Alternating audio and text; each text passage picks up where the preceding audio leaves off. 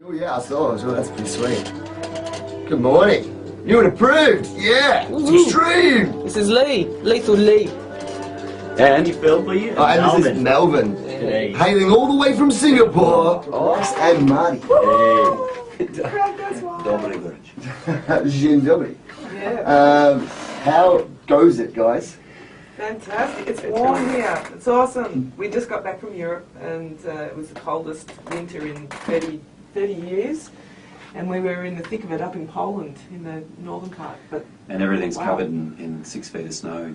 Pretty much everywhere you're kicking through that, wherever you're moving outside the hotel or the venue or whatever. So it's And things happen like the door of the tour van gets frozen shut and you can't get in. Or somebody's male bodily parts gets frozen and they've got to shove their hands down their pants in a restaurant to warm up, or all sorts of weird things with this cold. So well, you guys could just rock out to create some body heat. We did, yeah, we had to. That's the way it works. That's all right. Yeah. Yes, but yeah. So have you got any kind of mind-opening, loose, strange tour stories from Poland and not Slovakia? Yes. It's not that magical land with Slovakians running around. We could talk like about Slovakia. In at one point, a friend of the tour guys managers took us down to a like a wine cellar because they're fanatical about their whites and their reds over there, and so this guy he took us down and he had all these like ancient barrels of the wines that he was making, and it was a really interesting thing because it was a cellar built in a hand chiseled catacomb in the ground that was maybe 600-700 years old going back to when the Turks had actually gone to invade, were invading Slovakia, and people were sort of underground to hide and stuff. So this guy's been very, what would you call it? Innovative, yes. Innovative, and using these like the wine cellar down there. hideouts. Yeah. So it's that was quite an unusual sort of an experience, being sort of underground. It's the old cliche. There's so much bloody history. It's incredible. Yeah. In comparison to white history here, So it's pretty amazing to hear stories of, this is where we hid from the Turks when they were invading in the 10th century or whatever it was. That's what I think they have is these amazing. castles from the 11th and 12th centuries that you get to go and visit if you've got a day off, and which is just extraordinary. Amazing thing. No, we don't really have that kind of history down in Melbourne, No, it's not handy. It's a bit harder to find. It's Our just- old history is. I think they're smaller. they're quite sort of blasé about it, whereas for us it's just so unusual, to be walking through a doorway, for instance, that would have been there 700-800 years ago. It's just And imagining what the knights were wearing, or seeing where they go to the toilet. Like, toilets are really interesting. On castles they built them onto the side of big turrets, so that when you went, it just fell in a hole straight down out onto the ground, and if you were like 150 feet. Yeah, it is. It's very it's concerning, I'd imagine. Yeah, that's right. You Yeah. don't want to fall down there yourself. Well, I heard you guys had your van broken into as well on that's tour. fun. Yeah. Yeah, the thieves were very intelligent. They took our incredibly heavy merchandise suitcase, from which the handles fell. It came off as soon as they got it out of the car. We found the handles of it. And they would have had to really struggle to run away with that heavy suitcase, and they left behind a Mac Air notebook. You fools! They went right past it. They had their... Anyway, so we can imagine the disappointment when they opened this suitcase only to find 70 T-shirts of the same design. And, same with the CDs. But hopefully we'll have some new fans. Yeah, exactly, yeah. Saying some gypsies selling it on the side of the road, That's Yeah, right. Yeah, go and cheap. Well, how is the rock scene like over there? It's really interesting for us. A huge portion of it is stuck in the 80s with long-haired metal bands.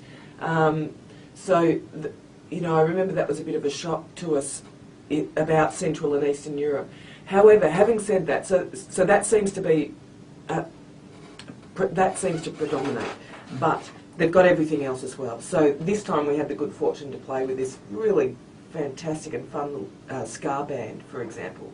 And they're into their punk as well. Yeah, they're quite into British punk. In short, like the scene is really healthy, and that's, I guess, why we keep going back and touring there. Yeah, it's great, and the reaction of the crowds as well is just. That's actually why we keep going back there. Phenomenal. Yeah, they love it. If you throw the energy out there, they just give it back immediately, and it just is, that cliched thing where the vibe just sort of feeds back and forth. It really does happen there, and they go nuts. There is actually a difference between Central and Eastern European audiences compared with Western Europe and Australia, and I think it's there's some link with communism because they've grown up completely repressed. Maybe the younger kids haven't, but a lot of people have grown up repressed and not being able to have what they want. So, but mind you, even if they had the money, they couldn't go into a shop and buy a Mars bar because Mars bars or their equivalent weren't even available under communism. But communism repressed music. So you can imagine what we're doing here today, broadcasting out of a university. That would just have never happened in Ukraine 15 years ago.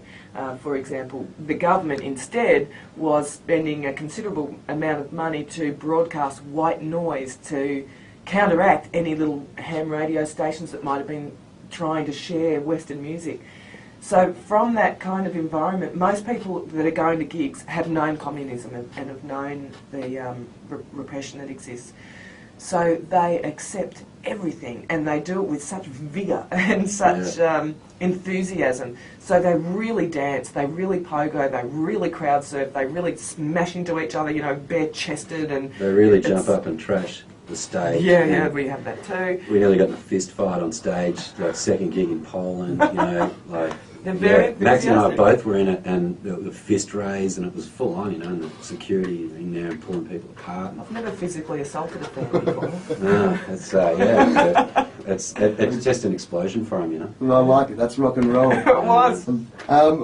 You guys released your debut album, Sky Caves, in 2004, and you've had EPs in between, but you're about to release your second full-length, Betrayer, and you've got a bit of an announcement on the show today as well. We have. One of the things, you're absolutely right. We have an album called Betrayer, and we hadn't announced when that would come out. We did a special pre-release, numbered copy, a run of 200 just before we left, so that our fans here could get it, which thank goodness they have, because it really is a special version. What happened when we were away is, after one of our shows, one of the kids in the audience came up and said, "You're not asleep, you're on fire!" And we kind of realised that we've outgrown this name, Asleep in the Park. We're really not a sleepy band at all. So we loved what that person had to say about being on fire, so we will be releasing our new album, Betrayer, as The On Fires.